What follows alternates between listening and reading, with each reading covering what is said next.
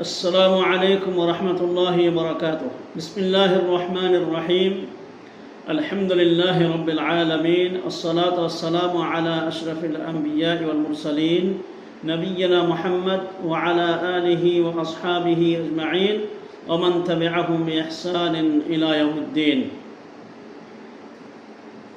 প্রিয় বন্ধুরা, আজকে আপনাদের সম্মুখে এমন একটি দোয়ার ব্যাপারে আলোচনা করব, যেই দোয়াটি আমাদের অনেক মুসলমান ভাইরা জানেন কিন্তু আমল করেন না।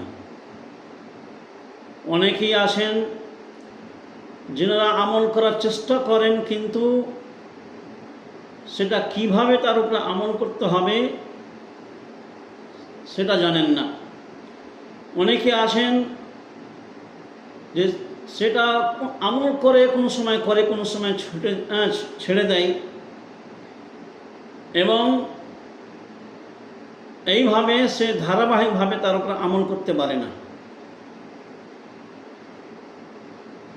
এবং অনেকে আছেন যারা ধারাবাহিকভাবে আমলও করেন কিন্তু তার মহত্ব, তার ফজিলত, তার মর্যাদা না জানার কারণে তার উপরে অতটা গুরুত্ব দেন না বা দিয়ে থাকেন না। তাহলে যে কোনো জিনিস ইসলামের এই ধরনের অনেক অনেক মহত্বপূর্ণ এবং মর্যাদাশীল ফজিলতপ্রাপ্ত আমল, দোয়া, জিকির, আজকার রয়েছে, যেগুলো অনেকে আমরা জানি বা করে থাকি, কিন্তু মাঝে মাঝে করে থাকি। কোনো সময় করলাম, কোনো সময় ছেড়ে দিলাম, কোনো সময় করলাম, কোনো সময় ছেড়ে দিলাম। এটা কেন হয়?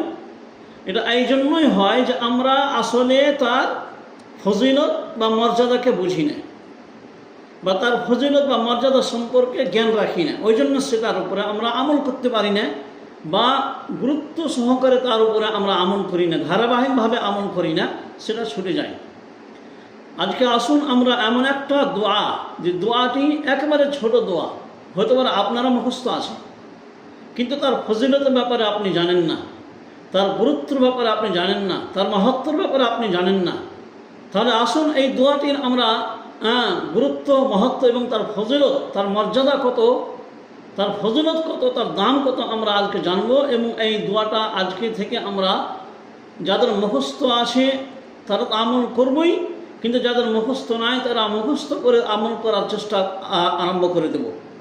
আমি সর্বপ্রথম এই দোয়াটি যে হাদিসে বর্ণিত আছে সে হাদিসটা আমি পড়ব। عن عثمان رضي الله تعالى عنه قال سمعت النبي صلى الله عليه وسلم يقول من قال صباح كل يوم ومساء كل ليلة ثلاثا بسم الله الذي لا يضر مع اسمه شيء في الأرض ولا في السماء وهو السميع العليم لم يضره شيء رواه البخاري في الأدب المفرد। তাহলে দেখেন কত গুরুত্বপূর্ণ কথা এখানে বলা হয়েছে। এখানে বলা হয়েছে এই দোয়ার মধ্যে বলা হচ্ছে যে হযরত উসমান বিন আফফান রাদিয়াল্লাহু তাআলা আনহু থেকে বর্ণিত, তিনি বলেন যে আমি স্বয়ং রাসূল করিম সাল্লাল্লাহু আলাইহি সাল্লামকে বলতে শুনেছি। কি শুনেছি? বলতে শুনেছি যে ব্যক্তি সকাল সন্ধ্যায় 3 বার এই দোয়াটি পড়বে, 3 বার, সকালে 3 বার, আবার সন্ধ্যাবেলায় 3 বার, যে দোয়াটি পড়বে আল্লাহ রাব্বুল আলামিন তাকে সব ধরনের বিপদ আপদ থেকে রক্ষা করবেন। তাহলে দেখেন, যদি কালে আমরা এই দোয়াটিকে সকালে 3 বার এবং সন্ধ্যায় 3 বার, আমি সকালে ফজর নামাজ পড়লাম, ফজর নামাজের পরে পরে এই দোয়াটি 3 বার পড়ে নিলাম। মসজিদে যদি নাও হয়, নামাজের পরে যদি মনে নাও হয়, সকালে সূর্যোদয়ের পরে মনে পড়লো, রাস্তাঘাটে চলতে চলতে মনে পড়লো, মসজিদ থেকে বের হয়ে মনে পড়লো, আপনি 3 বার পড়লেন। সন্ধ্যাবেলায় আসর পরেই পরে আপনি পড়তে পারেন, মাগরিবের আগে আপনার মনে পড়লো পড়ে নিলেন, মাগরিবের নামাজ পড়লেন, নামাজের পরে মনে পড়লো পড়ে নিলেন, বা নামাজের সাথে সাথে নামাজের পরেই আপনি মসজিদে বসে আছেন, জিকির আজকার করছেন, পড়ে নিলেন। তাহলে এইভাবে যখন আপনি পড়বেন, তাহলে আপনার আস্তে আস্তে আস্তে আস্তে কী হবে, অভ্যস্ত হয়ে যাবে। আর এটা একটা আপনার জীবনের একটা বড় অংশ, আমলের বড় একটা অংশ আপনার মধ্যে চলে আসবে। তাহলে এত গুরুত্বপূর্ণ দোয়া যে যদি গেলে এই দোয়াটি আমরা প্রতিদিন সকালে এবং সন্ধ্যায় 3 বার করে পড়ি, তাহলে পরে বড় বড় বালা মুসিবত, বিপদ আপদ মানুষের যে এসে থাকে, এই দোয়ার বরকতই আল্লাহ রাব্বুল আলামিনের দয়াতে, আল্লাহ রাব্বুল আলামিনের আদেশে, হুকুমে আমরা কি হইতে পারবো, বড় বড় বিপদ আপদ থেকে, বড় বড় অনিষ্ট থেকে, এবং আমরা বড় বড় মুসিবত থেকে বাঁচতে পারবো ইনশাআল্লাহ।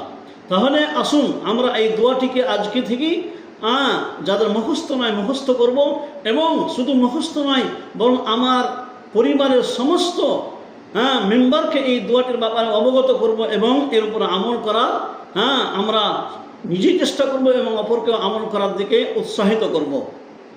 আল্লাহ রাব্বুল আলামিন আমাদের সকলকে তৌফিক দান করেন। আমিন। ওয়া সাল্লাল্লাহু আলা নাবিয়্যিনা মুহাম্মদ ওয়া আলা আলিহি ওয়া সাহবিহি আজমাইন।